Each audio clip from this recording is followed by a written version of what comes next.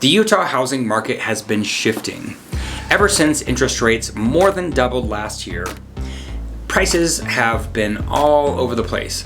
Buyers and sellers have constantly been contacting me to get the very best read on exactly what's going on in the market in Utah. So something that I have decided to start doing is putting together a monthly market report video for all of my lovely people out there who are just interested to know what's going on in the market. So let's take a look.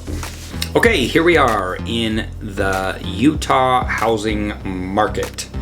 If we look at the number of listings that we have active, we've got 9,728 active listings, which is pretty good.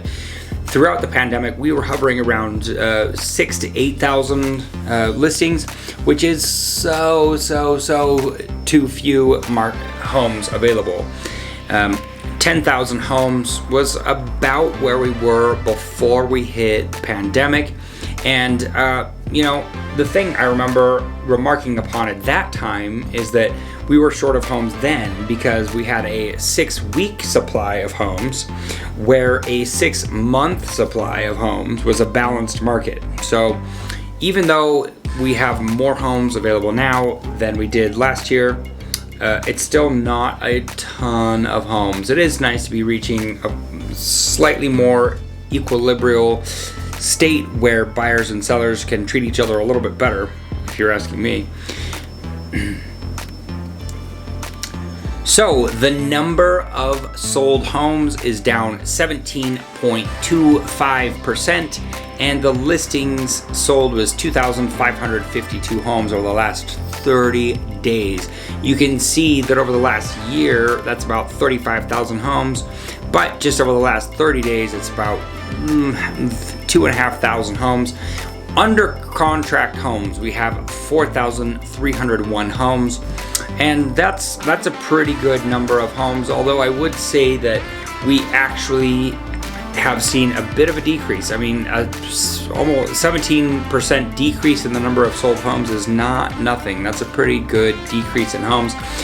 Like I said, buyers and sellers alike have been really nervous. If you turn on the news, it sounds like the housing market is about to implode again. We all went through 2008. We all have a little bit of trauma from that, but I don't see that happening anytime soon. We have our sold to list price ratio. Let's just do only median numbers because average doesn't give us the cleanest idea.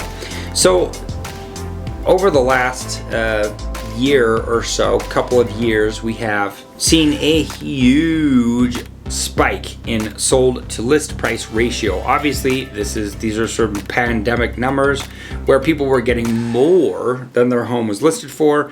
Things dipped right around the time interest rates went up, and now they've kind of leveled off, and they've gone down ever so slightly in the last little while, mostly because the market has softened slightly. So if you're a buyer, now is a great time to make your move. If you've been sitting on the fence waiting for the moment, this might just be the moment. Because if you look at this list of price, I mean, this is 100% right here. And that's been for the last while, it's been 100%. And we're just down to 99.72%. Because the market has softened by about 17% in terms of sold listings. This might be the time. If there's any indicator that the market's going to really tank, you'd think it would be when interest rates did this and the list of price really fell through the floor.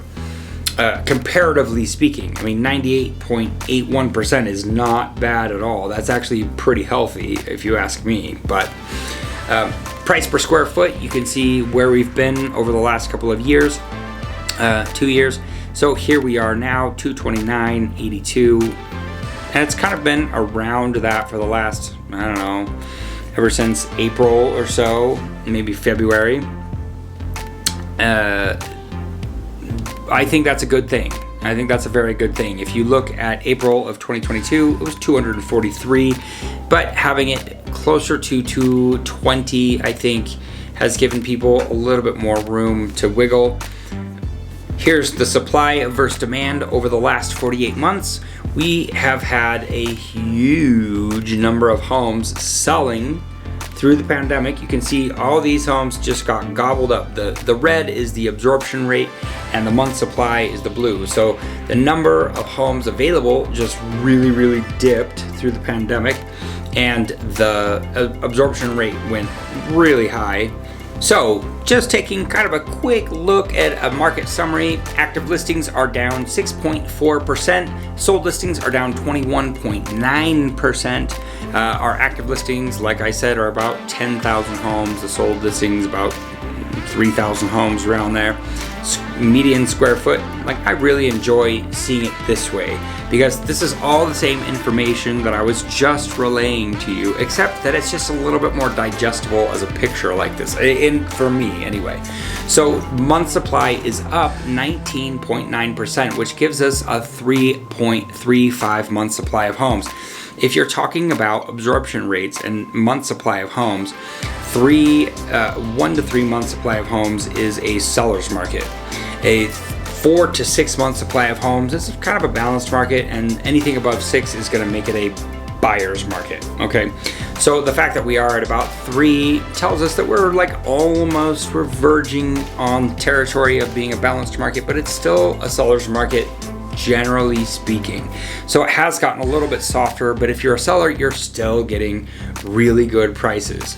I think personally, as an advisor, a real estate advisor, this is the best thing for the market, to have a little bit of softness like this, because buyers are getting some concessions and they're being treated a little bit more fairly. They're able to sleep on their home purchase and really ask for things to be right when they buy the home.